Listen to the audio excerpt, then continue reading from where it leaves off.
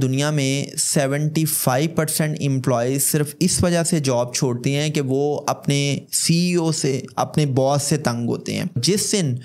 आपके एम्प्लॉयज़ के माइंड में ये बात आ जाती है ना कि हमारी सैलरी कभी डिले नहीं होती और हमारी सैलरी में किसी किस्म की डिडक्शन नहीं होती, तो उस दिन जो आपके एम्प्लॉयज़ हैं ना वो आपको कभी नहीं छोड़ के जाते। जिस एम्प्लॉय को किसी भी मसले पे जितना इन्वॉल्व किया जाता है, पॉलिसी मेकिंग में, डिसीजन मेकिंग में जितना इन्वॉल्व किया जाता है, वो एम्प्लॉय उतना ही डेडिकेटेड होगा, उतना ही डिवोटेड होगा। जब आप किसी इंसान को उसके फितरी रुझानात, उसके टैलेंट की बुनियाद पे कोई काम असाइन करते हैं तो उसका जो पैशन का लेवल है, डिवोशन और डेडिकेशन का लेवल है, वो बढ़ जाता है। जब भी किसी इदारे में एम्प्लॉयज़ रिटेनेबिलिटी मैनेज नहीं होती तो उसकी बहुत बड़ी रीज़न ये होती है कि उस इदारे में जो CEO है वो अपने एम्प्लॉयज़ को करियर ग्रोथ एंड डेवलपमेंट का कोई रोड मैप नहीं दे पाता। बड़े इदारों में क्या होता है कि छोटी छोटी कामयाबियों पे, छोटे छोटे गोल्स अचीव करने पे लीडर क्या करता है, टीम लीडर क्या करता है, स्टैंडिंग ओवेशन करवा देता है, क्लैपिंग कर देता है, थपकी देता है। अगर आपने अपने एम्प्लॉयज़ की रिटेनेबिलिटी को यकीनी बनाना है तो उसके लिए बड़ा इंपॉर्टेंट है कि आप एक्नॉलेजमेंट और एप्रिसिएशन के कल्चर को प्रमोट करें।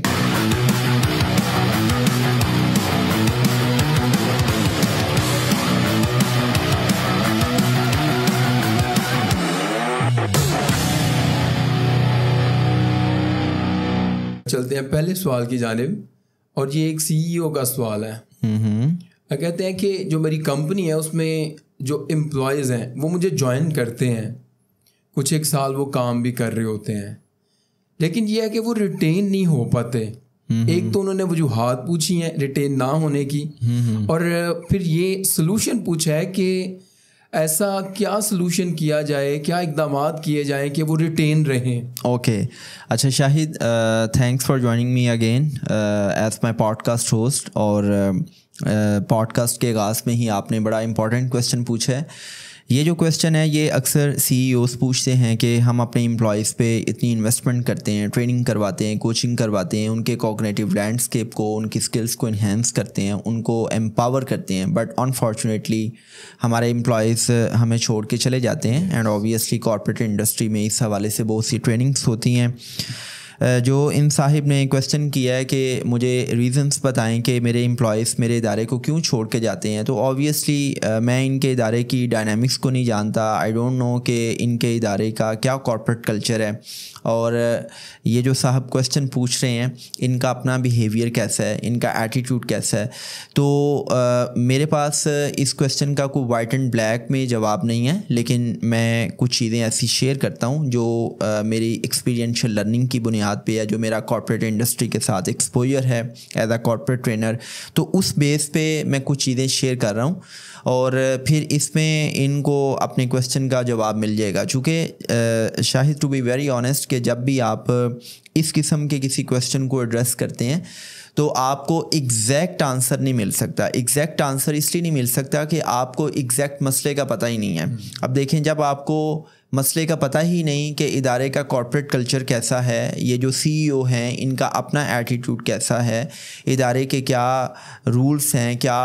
टर्म्स एंड कंडीशंस हैं, तो हम नहीं बता सकते कि इनके एम्प्लॉयज़ क्यों छोड़ के जा रहे हैं। लेकिन कुछ जर्नल चीज़ें हैं वो मैं आपके साथ शेयर कर देता हूँ, और इन जर्नल चीज़ों में, जर्नल पॉइंट्स में ही इनको इनके दोनों क्वेश्चंस का जवाब मिल जाएगा। एज़ पर माई एक्सपीरियंस और जो मेरा एक्सपोजर है कॉर्पोरेट इंडस्ट्री के साथ, जब हम HR के साथ या किसी CEO के साथ बैठते हैं ट्रेनिंग्स के लिए, ट्रेनिंग नीड एनालिसिस करते हैं, या किसी भी इदारे की डिसफंक्शनिंग में उसकी फॉल्ट लाइंस को चेक करते हैं, तो उस बुनियाद पे जो चीज़ें मेरे सामने आती हैं, first of all I believe कि जब भी किसी इदारे में एम्प्लॉयज़ रिटेनेबिलिटी मैनेज नहीं होती तो उसकी बहुत बड़ी रीज़न ये होती है कि उस इदारे में जो CEO है वो अपने एम्प्लॉयज़ को करियर ग्रोथ एंड डेवलपमेंट का कोई रोड मैप नहीं दे पाता। देखें शाहिद, जब भी आप किसी इदारे को ज्वाइन करते हैं ना, तो हर इंसान का दिल करता है कि वो अपने करियर में ग्रो करे, लेकिन अगर किसी एम्प्लॉय को ये पता चलता है कि उसकी करियर डेवलपमेंट नहीं हो पा रही, वो अपने आप को स्टैग्नेंट फील करता है, वो समझता है कि अब उसकी करियर ग्रोथ रुक चुकी है, तो वो ऑब्वियसली ऐसा सोचेगा कि वो किसी ऐसे इदारे में जाए कि जहाँ पे वो अपने करियर में ग्रो कर सके, जहाँ पे उसको बेहतर अपॉर्चुनिटीज़ मिल सकें, जहाँ पे उसको बेहतर ट्रेनिंग के, कोचिंग के मौके मिल सकें, और जहाँ पे उसको बेहतर पर्क्स एंड प्रिविलेजेस मिल सकें। अब आपके जो पर्क्स एंड प्रिविलेजेस का भी जो डायरेक्ट ताल्लुक़ है वो इस बात से है कि आप किसी इदारे में किस पोजीशन पर काम कर रहे हैं। अगर आप किसी इदारे में किसी ऐसी पोजीशन पे काम कर रहे हैं कि जहाँ पे आपको अपनी करियर ग्रोथ नज़र नहीं आती, तो ऑब्वियसली आप उस इदारे को अल्लाह हाफिज़ कहेंगे। तो आई बिलीव कि अगर आपने अपने एम्प्लॉयज़ की रिटेनेबिलिटी को मेंटेन करना है, तो उसके लिए आप अपने एम्प्लॉयज़ को उनकी करियर ग्रोथ एंड डेवलपमेंट में ना सिर्फ सपोर्ट करें, बल्कि उनके पास एक पूरा रोड मैप हो कि वो अपने टैलेंट को प्रोग्रेस कैसे कर सकते हैं, उनके पास टैलेंट प्रोग्रेशन का प्लान हो।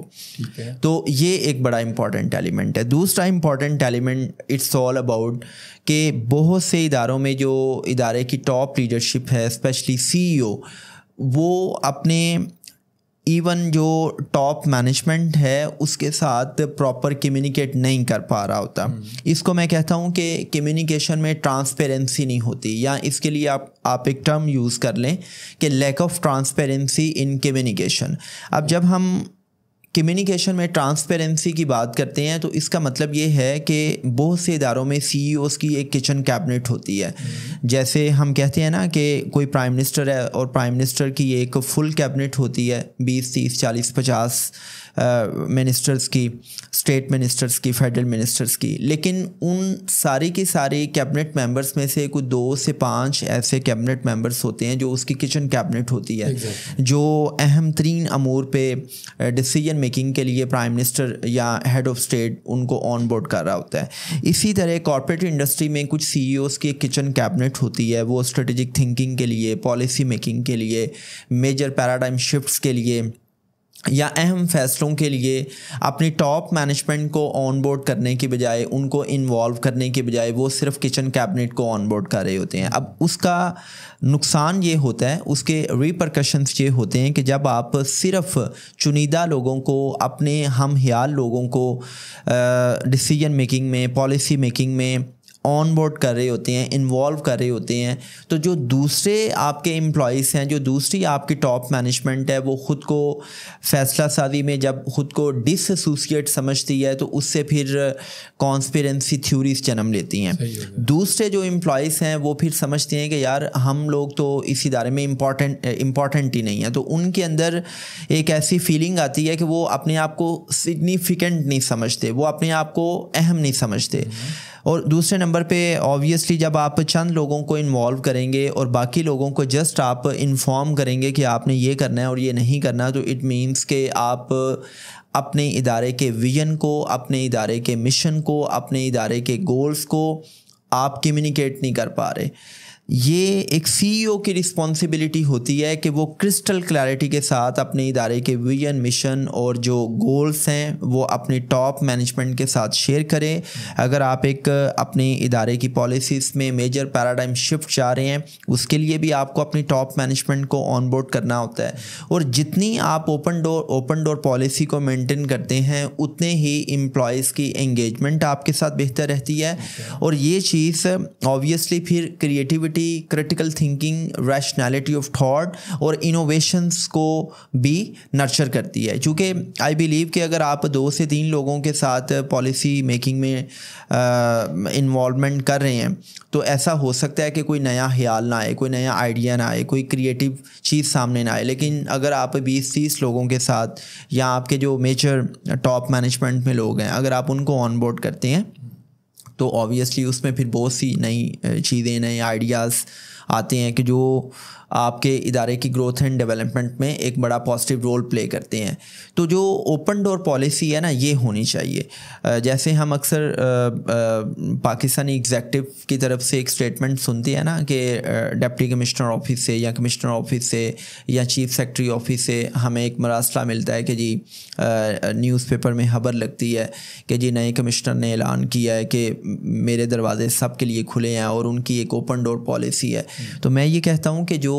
CEOs हैं उनको ओपन डोर पॉलिसी रखनी चाहिए, उनको ना सिर्फ अपनी टॉप मैनेजमेंट के साथ कम्युनिकेट करना है बल्कि उनको अपने जो लोअर मैनेजमेंट है उनके साथ भी कहीं ना कहीं कम्युनिकेशन करने की ज़रूरत होती है। बिकॉज जब आप कम्युनिकेट करते हैं तो आपको अपने इदारे की असल डायनामिक्स का पता चल रहा होता है और उनको इतना फ्रेंडली, इतना अप्रोचेबल होना चाहिए अपने तमाम एम्प्लॉयज़ के लिए कि कोई भी एम्प्लॉय किसी भी मसले पे ना सिर्फ अपनी ओपिनियन दे सके बल्कि अगर किसी को कोई मसला है तो वो डायरेक्ट भी CEO से अप्रोच कर सके। दैट्स द रीज़न के जो बड़े बड़े इदारे हैं वहाँ पे जो कंपनीज़ के CEOs हैं उन्होंने शिकायत बॉक्स लगाए होते हैं अपने इदारों में, या वो क्या करते हैं कि तजावीज़ बॉक्सेस लगा देते हैं कि अगर कोई भी लोअर मैनेजमेंट में इवन जो ब्लू कॉलर जॉब्स करने वाले लोग हैं अगर वो भी कोई कंप्लेन करना चाहते हैं, कोई सजेशन देना चाहते हैं तो वो क्या करें कि वो अपना नाम लिखे बगैर वो कोई सजेशन दें। तो इससे क्या होता है कि जो इदारे का CEO है उसको इदारे की पल्स का पता चल रहा होता है, इदारे के जो एम्प्लॉयज़ हैं उनके थॉट प्रोसेस का पता चल रहा होता है कि मेरे जो एम्प्लॉयज़ हैं वो मेरे बारे में, इस इदारे के बारे में क्या सोच सकते हैं और प्रॉब्लम्स क्या हैं, फॉल्ट लाइंस क्या हैं। तो क्रक्स इसका ये है कि आप अपनी कम्युनिकेशन को जितना ओपन रखेंगे उतना ही आपके एम्प्लॉयज़ खुद को इम्पॉर्टेंट फील करेंगे और आप अपने इदारे में किचन कैबिनेट को ऑन बोर्ड करने के साथ साथ जो पॉलिसी मेकिंग में की रोल्स रखने वाले लोग हैं आप उनको ऑन बोर्ड करें। जितनी आप इन्वॉल्वमेंट को बेहतर करेंगे उतनी आपके इदारे में जो आपकी टीम है वो स्ट्रॉन्ग होगी। अब मुझे पूरी ईमानदारी से बताएं कि आपने देखा है कि आप भी एक इदारे में जॉब कर रहे हैं, माशाल्लाह you are doing a good job as a Urdu professor. तो आपका इदारा जब आपको किसी मसले पे ऑन बोर्ड करता है, आपको इन्वॉल्व करता है तो आप कितना अच्छा फील करते हैं, आप इम्पॉर्टेंट फील करते हैं। और मेरी बात याद रखिएगा कि जिस एम्प्लॉय को किसी भी मसले पे जितना इन्वॉल्व किया जाता है, पॉलिसी मेकिंग में, डिसीजन मेकिंग में जितना इन्वॉल्व किया जाता है वो एम्प्लॉय उतना ही डेडिकेटेड होगा, उतना ही डिवोटेड होगा। और जिसको आप जितना साइडलाइन करेंगे वो ख़ुद को डिसएसोसिएट समझेगा और वो समझेगा कि यार मैं तो जस्ट इस इदारे में बस हाजिरी लगवाने आता हूँ या मेरा कोई रोल नहीं है, वो ख़ुद को अनइम्पॉर्टेंट समझेगा और उसकी ये जो फीलिंग है कि मैं अनइम्पॉर्टेंट हूँ वो उसकी प्रोडक्टिविटी को भी कम करेगी। तो ये दूसरी रीज़न है, इसको मैंने थोड़ा ज़्यादा एलेबोरेट कर दिया है। अच्छा, इसमें शाहिद जो तीसरी रीज़न है ना वो बड़ी इंटरेस्टिंग है। तीसरी रीज़न ये है कि कुछ इदारों में ट्रेनिंग एंड डेवलपमेंट का, कोचिंग का कोई कल्चर होता ही नहीं है। मतलब मैंने पिछले दिनों ना एक पीटर प्रिंसिपल शेयर किया था और उस पीटर प्रिंसिपल में मैंने ये शेयर किया था कि हार्वर्ड बिजनेस रिव्यू में एक जर्नल आता है और वो जर्नल पीटर प्रिंसिपल को डिफ़ाइन करते हुए बताता है कि जब एक इंसान किसी नए ओहदे पे पहुंचता है ना,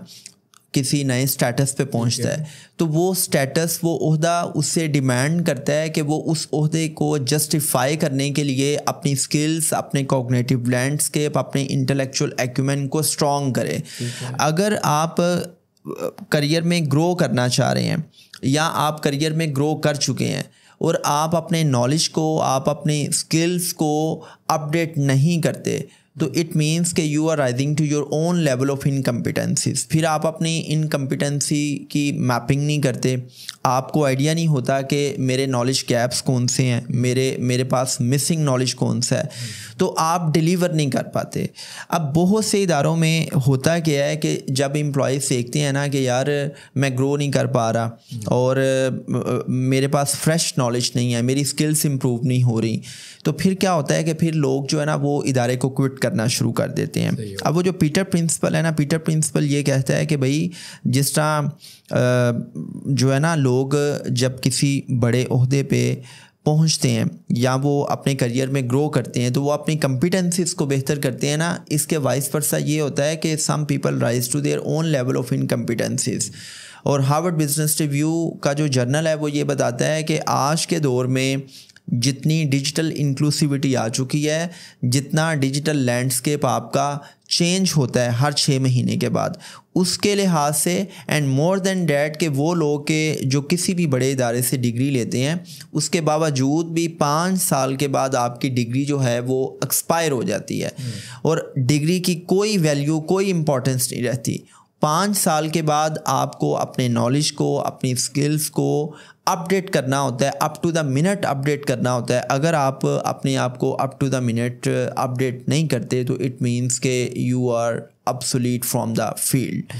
तो आपको क्या करना है कि आपको अगर अपने इदारे में अपने एम्प्लॉयज़ की रिटेनेबिलिटी को मेंटेन करना है तो उसके लिए आप अपने इदारे में ट्रेनिंग एंड डेवलपमेंट के कल्चर को फ़रोग़ दें। आप इस सेट कल्चर से निकलें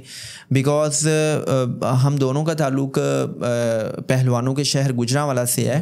and we have seen in Faisalabad, in Gujranwala, Sialkot, Gujrat, ये वो इलाके हैं कि जहाँ पे बहुत ज़्यादा इंडस्ट्री है बट अनफॉर्चुनेटली वहाँ पे सेट कल्चर है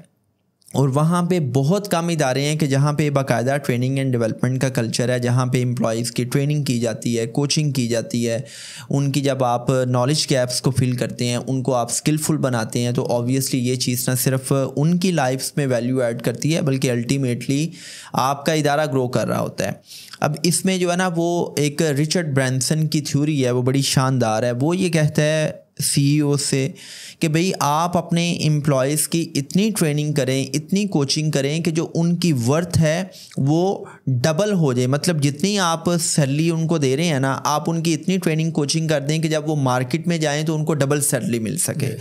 तो होता क्या है कि जब हम अपने एम्प्लॉयज़ की ट्रेनिंग कोचिंग नहीं करते, उनको आप स्किलफुल नहीं बनाते, उनके नॉलेज गैप्स को फिल नहीं करते, तो कुछ लोग ऐसे होते हैं कि उनके अंदर लर्निंग एंड प्रोग्रेसिव एटीट्यूड होता है। वो देखते हैं कि यार इस इदारे में तो ना मेरा नॉलेज बासी हो गया है, मेरी डिग्री भी जो है ना अब वो मुझे फ़ायदा नहीं दे रही, तो मुझे किसी ऐसे इदारे में जाना चाहिए कि जहाँ पे बाकायदा ट्रेनिंग एंड डेवलपमेंट का डिपार्टमेंट है, जहाँ पे कुछ ना कुछ नया सीखने का मौका मिलता है, जहाँ पे मैं ज़्यादा बेहतर अंदाज में ग्रो कर सकता हूँ। तो वो फिर इस इदारे को छोड़ जाते हैं। अच्छा, नेक्स्ट इसमें जो रीज़न है ना वो बड़ी इंटरेस्टिंग है।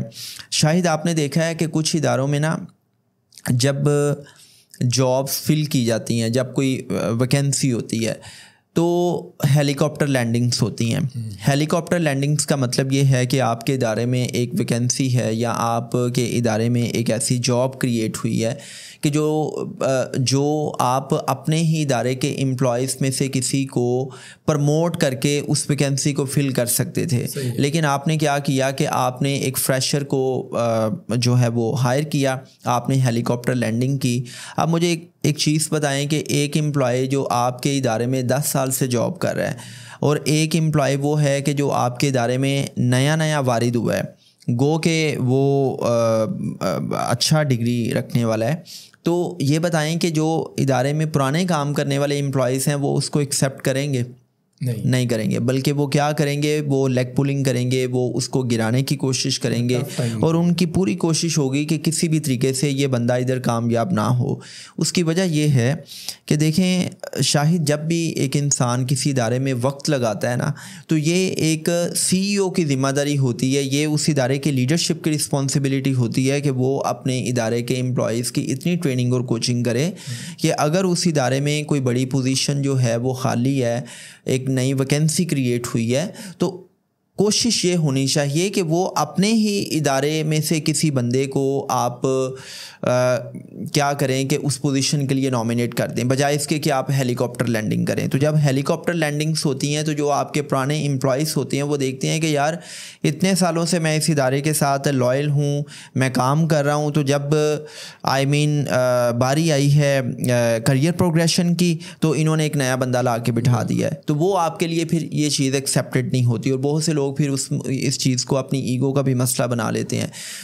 तो आई बिलीव कि दुनिया में जितने बड़े बड़े इदारे हैं वो क्या करते हैं कि वो आपने देखा है कि बड़े बड़े इदारों में जॉब वैकेंसीज़ के लिए इश्तिहारात नहीं आपको देखने को मिलते,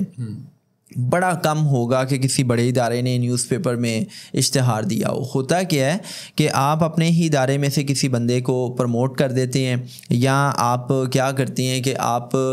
अपने ही इदारे के लोगों में अनाउंसमेंट कर देते हैं और उनके रेफरेंस से ही कोई ना कोई वैकेंसी फिल हो जाती है। तो वो एक बेहतर अप्रोच होती है। अच्छा, इसमें जो नेक्स्ट एलिमेंट है ना, वो बड़ा इंपॉर्टेंट है। इट्स ऑल अबाउट कि आपके इदारे में जो जॉब करने वाले लोग हैं वो ख़ुद को कितना सिक्योर फील करते हैं। अच्छा, ये वर्ड मैंने क्या यूज़ किया है, वो कितना सिक्योर फील करते हैं। बहुत से इदारों में आपको एक खड़ूस किस्म का, बदतमीज़ किस्म का एक ऐसा लीडर नुमा लोडर नज़र आएगा,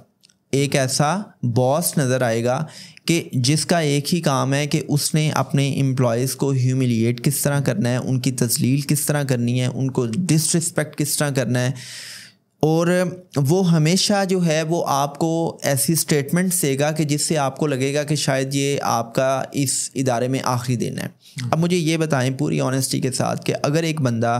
किसी इदारे में जॉब कर रहा है और वो इनसिक्योर है और उसको ये भी नहीं पता कि नेक्स्ट वीक नेक्स्ट मंथ वो इस इदारे में होगा या नहीं होगा, तो वो इदारा वो इंसान कभी भी दिल लगा के डिवोशन के साथ, डेडिकेशन के साथ जॉब कर पाएगा? कभी भी नहीं कर पाएगा। और इस पे बड़ी इंटरेस्टिंग रिसर्च है कि पता ये चला कि दुनिया में 75% एम्प्लॉयज़ सिर्फ इस वजह से जॉब छोड़ते हैं कि वो अपने CEO से, अपने बॉस से तंग होते हैं। तो दैट्स द रीज़न की एक स्टेटमेंट बोली जाती है कि people don't quit jobs, they quit CEOs, they quit bosses. कि लोग अपने CEO की वजह से जॉब छोड़ जाते हैं। क्यों? क्योंकि जब आपका एटीट्यूड पॉजिटिव नहीं है, जब आप सिनिकल हैं, जब आप पैरानाइड हैं, जब आप शक्की मिजाज हैं, जब आप माइक्रो मैनेजमेंट में पढ़ते हैं, जब आप अपनी टीम, अपने लोगों का क्रेडिट भी खुद ले रहे होते हैं, और जब आप ऑब्नोशियस कॉल्स और मैसेजेस और व्हाट्सएप करके अपनी एम्प्लॉयज़ को रात 12 बजे 1 बजे भी तंग कर रहे हैं, और जब आप छोटी छोटी सी बात पे उनकी इंसल्ट करते हैं, उनको ह्यूमिलिएट करते हैं, और फिर आप नौकरी से निकाले जाने की धमकी देते हैं, तो ये चीज़ ऑब्वियसली इनसिक्योरिटी डेवलप करेगी। और जिस इदारे में एम्प्लॉयज़ की जो सेल्फ इस्टीम है, रिस्पेक्ट है, उसको मेंटेन नहीं किया जाएगा, जिस इदारे में एम्प्लॉयज़ में इनसिक्योरिटी होगी, तो उस इदारे में तो कोई भी एम्प्लॉय जब भी कोई अच्छी अपॉर्चुनिटी देखेगा वो जाएगा या नहीं जाएगा? बताएं मुझे। वो तो ऑब्वियसली जाएगा। वो तो शुक्र करेगा कि भाई इस खड़ूस किस्म के इंसान से मेरी जान छूटी है, जो हर वक्त इंसल्ट करता है और नौकरी से निकाले जाने के बारे में थ्रेट्स देता रहता है, और जो रात को 2 बजे भी मेरा जो है वो फैमिली टाइम डिस्टर्ब कर देता है। मैं फैमिली के साथ ट्रिप पे जाता हूँ, छुट्टी पे जाता हूँ, तो उस वक्त भी मुझे कॉल्स और मैसेजेस आ रहे होते हैं कि फ़लाँ चीज़ किधर है, फ़लाँ चीज़ किधर है। सो दिस इज़ व्हाट कि जब आप अपने इदारे में एम्प्लॉयज़ को रिस्पेक्ट नहीं देते तो फिर क्या होता है, फिर आपके एम्प्लॉयज़ आपको छोड़ जाते हैं। देखें शाहिद, $1 मिलियन की बात है कि लोग जो है ना, लोग आपसे सैलरी ज़रूर लेते हैं, लेकिन आपका लोगों के साथ पर्सनल लेवल पे एक बॉन्ड बनाना भी बहुत ज़रूरी है। एंड आई बिलीव कि जब एक CEO अपने एम्प्लॉयज़ को रिस्पेक्ट देता है ना, तो पूरे के पूरा जो कॉर्पोरेट कल्चर है वो बदल जाता है। देखें, जब आपकी टॉप मैनेजमेंट इनसिक्योर है ना, एक CEO किसी भी मैनेजर को बुलाता है, उसको इंसल्ट करता है, किसी माली चौकीदार ड्राइवर के सामने, किसी PN के सामने, किसी PA के सामने इंसल्ट करेगा, तो ये जो होते हैं ना ब्लू कॉलर जॉब्स करने वाले लोग, ये किसी भी इदारे की कान और आँखें होते हैं। और अगर आपने किसी भी इदारे की ग्रोथ को देखना है या उस इदारे के कॉर्पोरेट कल्चर को देखना है कि कितना हेल्दी कॉर्पोरेट कल्चर है, वहाँ पे कितना सेंस ऑफ सिक्योरिटी है, कितनी रिस्पेक्ट को वैल्यू दी जाती है, तो आप देखें कि उस इदारे का जो ब्लू कॉलर जॉब्स वाले जो एम्प्लॉयज़ हैं, जैनिटल स्टाफ है, माली, ड्राइवर, चौकीदार, वहाँ पे उनको कितनी रिस्पेक्ट दी जाती है। तो उसमें ये होता है कि जब आप अपने टॉप मैनेजर्स को रिस्पेक्ट नहीं देते और ये चीज़ कहीं ना कहीं लोअर मैनेजमेंट में नज़र आ रही होती है, तो फिर आपके जो इदारे का ओवरऑल एक कॉर्पोरेट कल्चर है वो अनहेल्दी होता है। और लोग जो है ना वो अपने CEO से तंग होते हैं। तो मैं ये समझता हूँ कि जो एक इदारे का CEO है उसको अपने इदारे के लोगों को रिस्पेक्ट देनी चाहिए। और देखें, कोई भी जो एम्प्लॉय है ना वो गलतियों से मुबर्रा नहीं है, मिस्टेक्स होती हैं, ऑब्वियसली आपके एम्प्लॉयज़ मिस्टेक्स भी करते हैं, बट इट्स योर लीडरशिप कि जो मिस्टेक्स पे क्या करती है उनको कोच करती है। आप मिस्टेक्स करने पे किसी को इंसल्ट नहीं कर सकते, आप किसी की सेल्फ इस्टीम को डैमेज नहीं कर सकते, आप किसी की सेल्फ रिस्पेक्ट को हिट नहीं कर सकते, बल्कि अगर आप एक लोडर की बजाय लीडर हैं तो फिर आप अपनी टीम को कोच करते हैं कि भाई ये ऐसा नहीं, आप ऐसा कर लें। तो लीडर्स तो कोचिंग ही करते हैं, लीडर्स तो ह्यूमिलिएट नहीं करते, किसी को डिस्ग्रेस नहीं करते। तो ये एक बहुत बड़ी वजह होती है कि जो लोग हैं वो अपने CEO की वजह से, जो CEO इज़्ज़त देने को तैयार नहीं होता, इस वजह से वो लोग जॉब्स छोड़ के चले जाते हैं। अच्छा, शायद इसमें जो नेक्स्ट पॉइंट है ना, it's very interesting and I have seen so many CEOs के वो अपने इदारे में अपने एम्प्लॉयज़ की कम्पिटेंसी मैपिंग नहीं कर पाते। मैं इसको थोड़ा सा सिंपली डिफाइन करता हूँ। When it comes about competency mapping, कि यू हैव टू अंडरस्टैंड कि मेरे इदारे में जो एम्प्लॉयज़ हैं उनके अंदर कौन कौन से टैलेंट्स पाए जाते हैं। अब जब आप अपने इदारे में एम्प्लॉयज़ के टैलेंट्स को नहीं समझ पाते और आप right man for the right place वाली फ़िलॉसफी को फॉलो नहीं करते, तो उससे ना सिर्फ आपके एम्प्लॉयज़ में स्ट्रेस लेवल बढ़ता है, बल्कि उनकी जो पर्सनल प्रोडक्टिविटी है वो भी कम होगी। एंड ऑब्वियसली जब उनकी प्रोडक्टिविटी कम है तो आपका इदारा ग्रो करने के बजाय फॉल की तरफ आएगा। अब होता ये है कि कोई भी जो लीडर है, कोई भी जो CEO है, उसको ये समझना पड़ता है कि मेरी टॉप मैनेजमेंट में जिसकी जो कम्पिटेंसी है, जो टैलेंट है, उसको वो काम असाइन किया जाए। और इस पे बाकायदा प्रूवन थ्योरीज हैं कि जब आप किसी इंसान को उसके फितरी रुझानात, उसके टैलेंट की बुनियाद पे कोई काम असाइन करते हैं तो उसका जो पैशन का लेवल है, डिवोशन और डेडिकेशन का लेवल है, वो बढ़ जाता है। और अल्टीमेटली ना सिर्फ उस काम को करने के हवाले से आपके एम्प्लॉयज़ पैशनेट होंगे, बल्कि आपके इदारे की भी प्रोडक्टिविटी बढ़ेगी। अब देखें, शाही दुनिया में जो हर इंसान है ना वो ग्रो करना चाहता है, और किसी भी इदारे में जो एम्प्लॉयज़ हैं वो सक्सेस को टेस्ट करना चाहते हैं, कोई भी फेलियर को टेस्ट नहीं करना चाहता। मुझे ये बताएं कि एक इदारे में एक एम्प्लॉय हो और वो कहे कि मुझे फ़ेल होने का बहुत शौक़ है। अब कोई भी इंसान फ़ेल कब होता है? वो फेल इसलिए होता है, बहुत सी वजूहात हो सकती हैं, लेकिन जो एक मेजर वजह है वो यही है कि फ़ेल आप इसलिए होते हैं कि आप के पास उस काम को करने की कम्पिटेंसी नहीं होती। अब इसकी मिसाल ऐसी ही है बड़े सिंपल अंदाज में कि आप मछली से कहें कि वो दरख्त पर चढ़ के दिखा दे। अब अगर आप मछली से ये कहें कि वो तैर के दिखा दे, तो तैरना जो है वो उसकी फितरत में है, वो बाय डिफ़ॉल्ट ऐसी है कि वो तैर सकती है। अब आपने बेसिकली अपने एम्प्लॉयज़ के टैलेंट को फाइंड आउट करना होता है और आपने देखना होता है कि लेट्स से ये मेरी टीम में ये बंदा एक्सट्रोवर्ट है, क्यों ना इसको सेल्स एंड मार्केटिंग में लगाया जाए, इसको सेल्स एंड मार्केटिंग का हेड बनाया जाए, ताकि ना सिर्फ ये बेहतर अंदाज में अपनी जॉब्स को ख़ुद हैंडल कर सके, बल्कि एक नई टीम तैयार कर सके, ये अपनी टीम को कोच कर सके। आप ये सोचते हैं कि यार ये जो मेरी टीम में बंदा है ना, ये मैनेजमेंट गुरु है, ये मैनेजरियल इश्यूज़ में बहुत अच्छे से चीज़ों को हैंडल करता है, तो क्यों ना मैं इसको एग्जीक्यूटिव मैनेजर बना दूँ। आप ये देखते हैं कि यार ये जो बंदा है ना, ये आइडियाज़ में बड़ा अच्छा है, तो क्यों ना इसको क्रिएटिविटी एंड इनोवेशन वाली डोमेन में डाल दिया जाए। तो ये एक लीडर का काम होता है कि वो अपनी टीम की कम्पिटेंसी मैपिंग को करता है और वो देखता है कि यार मैं right man for the right place वाले फ़लसफ़े को फॉलो करूं और जिसमें जो टैलेंट है उसको वहीं काम असाइन करूं, तो इससे आपके एम्प्लॉयज़ भी खुश और आप भी खुश, तो एक विन विन सिचुएशन क्रिएट होती है। अच्छा शाहिद, इसमें जो नेक्स्ट पॉइंट है ना, it's all about R&R mean rest and recreation. अब यहाँ पे दो वर्ड्स हैं, rest and recreation. I believe के दुनिया के जो बड़े इदारों का जो कॉर्पोरेट कल्चर है उसमें एक मेजर शिफ्ट आ चुकी है। अब वो एक बॉसी एटीट्यूड नहीं है, वो एक बड़ा दफ्तर में स्ट्रिक्ट किस्म का माहौल नहीं फॉलो किया जाता। दुनिया के बड़े बड़े इदारों में इंक्लूडिंग गूगल, वहाँ पे एम्प्लॉयज़ को घर जैसा माहौल मिलता है, employees feel themselves at home. किस तरह कि लेट्स से अगर आपने आराम करना है तो आपको आराम करने की इजाज़त है, आप अपनी चेयर को बेड में कन्वर्ट कर सकते हैं। अगर आपने स्पोर्ट्स करनी है तो बड़े बड़े इदारों में बाकायदा स्पोर्ट्स कॉम्प्लेक्स हैं, आपने कोई भी गेम करनी है आप वहाँ पे जाके गेम कर सकते हैं। हैं। और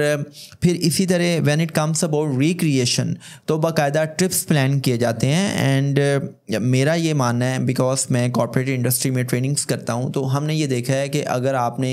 टीम बिल्डिंग करनी है, अगर आपने टीम को फंक्शनिंग मोड पे लेके आना है एंड हाई फंक्शनिंग मोड पे लेके आना है, तो आप क्या करें कि आप अपनी टीम को कोई ना कोई ट्रिप करवाएं। और साल में एक दफ़ा एक ऐसा ट्रिप ज़रूर होना चाहिए कि वो ट्रिप फैमिली के साथ आप करवा सकते हैं, फैमिली के बगैर करवा सकते हैं, कि जिसमें आपके सब एम्प्लॉयज़ किसी जगह पे जाके स्टे करें, वहाँ पे कुकिंग करें, वहाँ पे बोन फायर करें। तो जब इस किस्म की एक्टिविटीज़ होती हैं, जब एम्प्लॉय टू एम्प्लॉय एंगेजमेंट होती है, तो ये चीज़ टीम बिल्डिंग के लिए, टीम को हाई फंक्शनिंग मोड पर लेके आने के लिए बहुत बेहतर होती है। और यही वो चीज़ है कि जिस वजह से एम्प्लॉयज़ जो हैं वो उस इदारे को बहुत वैल्यूएबल समझते हैं, वो उस इदारे में बहुत प्रोटेक्टेड फील करते हैं, और वो समझते हैं कि हाँ यार, ये इदारा मेरे घर जैसा है, कि जहाँ पे मैं अपनी मर्ज़ी से आराम कर सकता हूँ, जहाँ पे मेरा जो वर्क शेड्यूल है वो बहुत फ्लेक्सिबल है, उसमें बहुत ज़्यादा टाइम की रिस्ट्रिक्शंस नहीं है कि भाई आपने 9 बजे आना है और 9 बजे से अगर आप 1 मिनट पे लेट हुए तो आपकी सैलरी डिडक्ट की जाएगी। तो जब आप अपने इदारे में फ्लेक्सिबिलिटी लेके आते हैं रेस्ट के हवाले से, रिक्रिएशन के हवाले से, तो फिर ऑब्वियसली इससे न सिर्फ टीम की प्रोडक्टिविटी बढ़ती है, बल्कि एक ऐसा हेल्दी कॉर्पोरेट कल्चर क्रिएट होता है कि जिसमें कोई भी एम्प्लॉय उस इदारे को नहीं छोड़ना चाहता। इसमें नेक्स्ट पॉइंट है ना, वो $1 मिलियन का। $1 मिलियन का इसलिए है कि it's all about acknowledgement and appreciation. देखें शाहिद, दुनिया में जितने बड़े इदारे हैं वो अपने एम्प्लॉयज़ की सर्विसेज को एक्नॉलेज करते हैं, वो उनको अप्रिशिएट करते हैं। And I believe as a psychotherapist कि वो बिहेवियर जिसको अप्रिशिएट किया जाता है वो बिहेवियर रिपीट होता है, और वो बिहेवियर के जो पॉजिटिव भी हो और जिसको दादे तहसीन ना मिले, जिसको एप्रिसिएशन ना मिले, वो बिहेवियर रिपीट नहीं होगा। इसकी बड़ी सादा सी मिसाल है कि आप बेगम से कहते हैं कि यार एक कप चाय बना दें, और वो चाय लेके आती है इतने प्यार से, साथ कुकीज़ भी लेके आती है, और आप अगर उसको कहेंगे ना बेगम क्या ही मज़े की चाय बनाई है, मज़ा आ गया है, इसका एक एक जो सिप है ना उसने मुझे टेस्ट दिया है, आपके हाथों का क्या ही जायका है। तो अब बेगम जब नेक्स्ट टाइम आपको टी सर्व करेगी ना, तो वो कुकीज़ के साथ ब्राउनी भी सर्व करेगी। वो कहेगी यार मतलब मेरी तारीफ़ हुई है। तो ये ह्यूमन बिहेवियर में है कि जब आपको एप्रिसिएशन मिलती है तो आपके काम की प्रोडक्टिविटी बढ़ जाती है, और आप के काम को जब एक्नॉलेज किया जाता है तो आप ज़्यादा बेहतर अंदाज में उस काम को करते हैं। आपका जो सेल्फ़ इमेज है वो स्ट्रॉन्ग होता है। सेल्फ़ इमेज का मतलब है कि आपका अपने बारे में तसव्वुर ज़ात, आई मीन कि आप ख़ुद को कितना इम्पॉर्टेंट समझते हैं। तो जब आपकी तारीफ़ होती है, जब आपको एप्रिसिएशन मिलती है, आपको एक्नॉलेजमेंट मिलती है, तो आपके अंदर आयमनेस आती है, आपकी जो सेंस ऑफ सेल्फ वर्थ है वो बढ़ती है, और आप उस इदारे के लिए ख़ुद को सिग्निफिकेंट समझते हैं। डैट्स द रीज़न के दुनिया के बड़े बड़े इदारों में आपको एम्प्लॉय ऑफ द वीक का कल्चर नज़र आएगा, employee of month, employee of the year. वहाँ पे आपको डिफरेंट बोनसेस जो है ना वो मिलते हैं। आपको छोटी छोटी सी कामयाबियों पे स्टैंडिंग ओवेशन मिलता है, आपको छोटे छोटे इंसेंटिव्स मिलते हैं। फॉर एग्जांपल एक होता है डिलेड ग्रैटिफिकेशन, एक होता है इंस्टेंट ग्रैटिफिकेशन। तो बड़े इदारों में क्या होता है कि छोटी छोटी कामयाबियों पे, छोटे छोटे गोल्स अचीव करने पे लीडर क्या करता है, टीम लीडर क्या करता है, स्टैंडिंग ओवेशन करवा देता है, क्लैपिंग कर देता है, थपकी देता है, चलें भई आपको ये छोटा सा इनाम मिल गया, कोई सर्टिफिकेट मिल जाता है, कोई छोटी सी सेरेमनी ऑर्गेनाइज की जाती है। तो जब आप अपनी टीम को अप्रिशिएट करते हैं, उनकी सर्विसेज को एक्नॉलेज करते हैं, तो टीम के अंदर ऑनरशिप आती है, टीम जो है ना वो मोटिवेट हो रही होती है। तो देखें शाहिद, इंसान को दोनों किस्म की मोटिवेशन चाहिए। एक इंट्रिंसिक मोटिवेशन है कि वो मोटिवेशन के जो आपको सेल्फ ड्राइव देती है कि आपने अपने गोल्स पे काम करना है, लेकिन एक्सट्रिंसिक मोटिवेशन भी बड़ी इंपॉर्टेंट है। एक्सट्रिंसिक मोटिवेशन का ताल्लुक है बैरूनी दुनिया के साथ, कि जब आपको एप्रिसिएशन मिलती है, पीपल अप्रूवल मिलता है, पीपल वैलिडेशन मिलती है, जब आपको नज़र आ रहा होता है कि आपको लक्ष्मी मिलनी है, आपको सैलरी मिलनी है, आपको बोनस मिलना है, तो आपका दिल करता है काम करने को, आपको सर्टिफिकेट मिलना है। तो ये सारी की सारी चीज़ें आपकी प्रोडक्टिविटी को बढ़ाती हैं, और ऐसे इदारे में लोग कभी भी जॉब छोड़ के नहीं जाते। लेकिन जहाँ पे आप बड़े से बड़ी कुर्बानी भी दे दें, आप जितना मर्ज़ी काम करें, तो एक लोडर लीडर नहीं लोडर, वो क्या करे कि वो आपकी सारी कुर्बानियों को, आपके सारे काम का क्रेडिट खुद ले ले, तो मुझे ये बताएं कि वहाँ पे आपका दिल डूबेगा या नहीं डूबेगा? आप कहेंगे कि यार काम मैं करता हूँ और क्रेडिट जो है ना वो जनाब बॉस ले लेते हैं, टीम लीडर ले लेता है। तो मैं ये समझता हूँ कि भाई अगर आपने अपने एम्प्लॉयज़ की रिटेनेबिलिटी को यकीनी बनाना है तो उसके लिए बड़ा इंपॉर्टेंट है कि आप एक्नॉलेजमेंट और एप्रिसिएशन के कल्चर को प्रमोट करें। अच्छा भाई, इसमें जो नेक्स्ट पॉइंट है ना, it's all about revenue sharing or ESOP. ESOP को अगर मैं डिफ़ाइन करूँ तो इट मीन्स के एम्प्लॉय स्टॉक ओनरशिप प्लान। कुछ CEOs या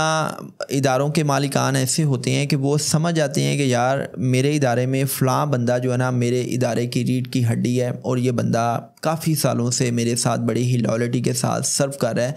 तो क्यों ना मैं अपने इदारे के कुछ शेयर्स जो हैं वो अपने इस एम्प्लॉय को भी दे दूं। अब मुझे ये बताएं कि जब आपको ये पता चले कि आप इस इदारे में शेयर होल्डर हैं तो आप उस इदारे की ग्रोथ एंड डेवलपमेंट में रोल प्ले करेंगे या नहीं करेंगे? आप उस इदारे को छोड़ के जाएंगे? कभी भी नहीं जाएंगे। लेकिन उसके बरक्स एक ऐसा एम्प्लॉय जो 20 साल से 25 साल से टॉप लेवल पे उस इदारे को सर्व कर रहा है और वो देख रहा है कि उसका इदारा ग्रो कर रहा है, और जब उसका इदारा ग्रो कर रहा है तो गो के उसकी सैलरी तो बढ़ती है, बट इट्स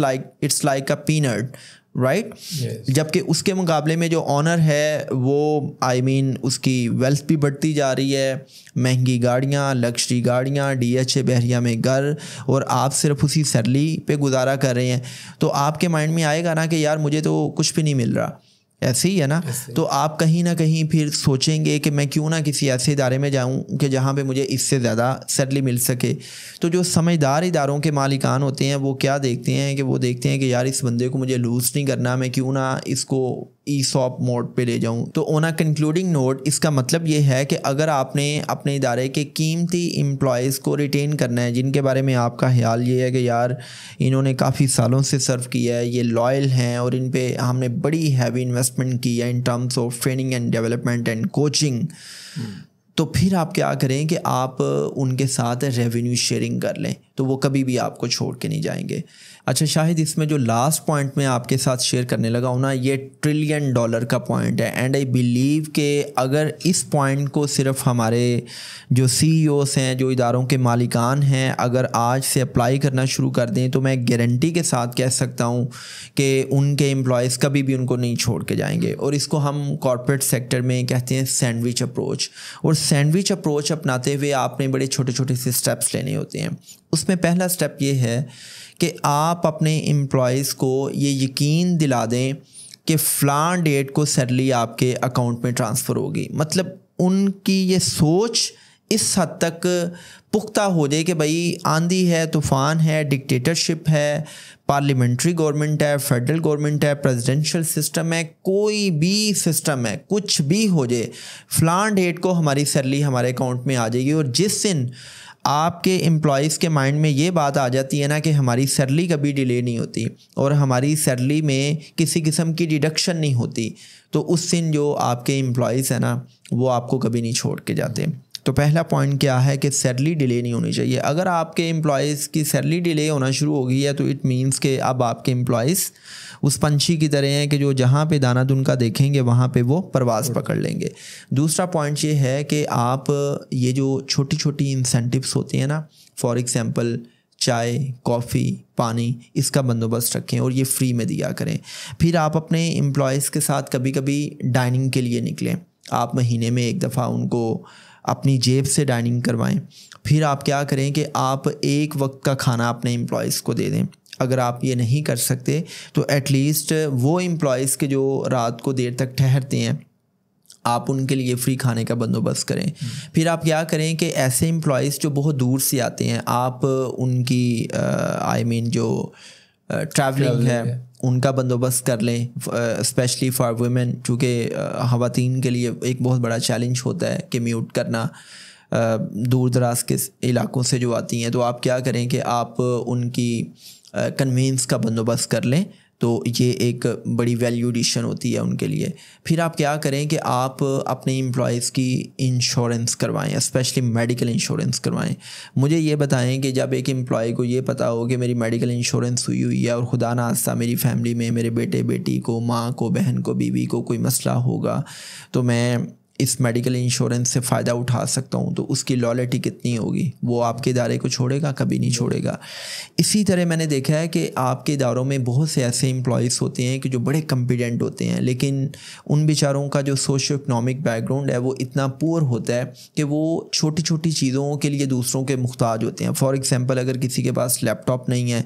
तो आप क्या करें कि आप उसको लैपटॉप दे दें और आप उसको बता दें कि भई आपकी सैलरी से पर मंथ इतने पैसे कटेंगे। अगर किसी के पास गाड़ी नहीं है तो आप गाड़ी का एक इंस्टॉलमेंट प्लान दे दें। इसी तरह आप क्या करें कि जिसकी जो ज़रूरत है, किसी को बाइक चाहिए, किसी को गाड़ी चाहिए, किसी को लैपटॉप चाहिए, कोई भी ऐसी इंपॉर्टेंट चीज़ चाहिए, तो आप उनके साथ एक रिटर्न कॉन्ट्रैक्ट कर लें और उस कॉन्ट्रैक्ट की बुनियाद पे आप उनके साथ एक इंस्टॉलमेंट प्लान बना लें कि उनकी सैलरी से डिडक्शन हो जाए। या आप क्या करें कि आप इंटरेस्ट फ्री लोन दे दें कि एमरजेंसी लोन हो के खुदा ना हादसा किसी की फैमिली में कोई डेथ हो जाती है, किसी की बीवी अगर एक्सपेक्टेशन से है, बच्चा होने वाला है, या किसी की बेटी की शादी है, या किसी एम्प्लॉय की अपनी शादी है, तो आप उसको क्या करें, ना सिर्फ आप एक सैलरी बोनस दे देते हैं बल्कि आप क्या करते हैं कि आप इंटरेस्ट फ्री लोन्स दे देते हैं। तो ये चीज़ भी एम्प्लॉयज़ की रिटेनेबिलिटी को मेंटेन करती है। फिर आप क्या करें कि आप इसमें मैंने देखा है कि बहुत से एम्प्लॉयज़ ना अपनी स्टडीज़ को कंटिन्यू रखे हुए होते हैं, तो आप उनको एंगेज करें। आप उनको कहें कि जी आपके जितने भी एक्सपेंस है वो हम उठाएंगे। आपने अगर अब्रॉड से डिग्री करनी है, आपने कोई ऑनलाइन कोर्स करना है, आपने कोई ट्रेनिंग करनी है, आपने कोई कोचिंग लेनी है, उसके एक्सपेंस को हम पे करेंगे और आप उनके साथ उसके अगेंस्ट एक रिटर्न कॉन्ट्रैक्ट कर लें कि आप 2 साल तक 3 साल तक इस इदारे को नहीं छोड़ सकते। राइट। तो जब आप इस किस्म की सैंडविच अप्रोच अपनाते हैं तो ये चीज़ जो है आपके एम्प्लॉयज़ को बहुत सिक्योरिटी देती है। बिकॉज आई बिलीव कि यार देखें, एक इंसान जिसके पेट में खाना जाता है ना, वो इंसान दूसरी चीज़ों के बारे में सोच सकता है।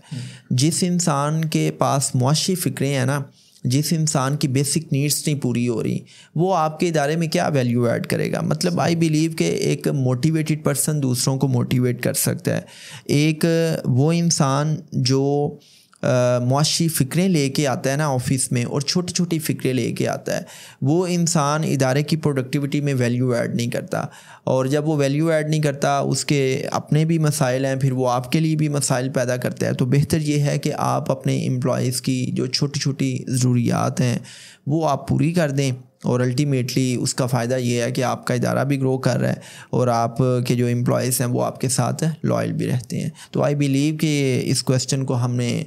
काफ़ी डिटेल के साथ एड्रेस किया है।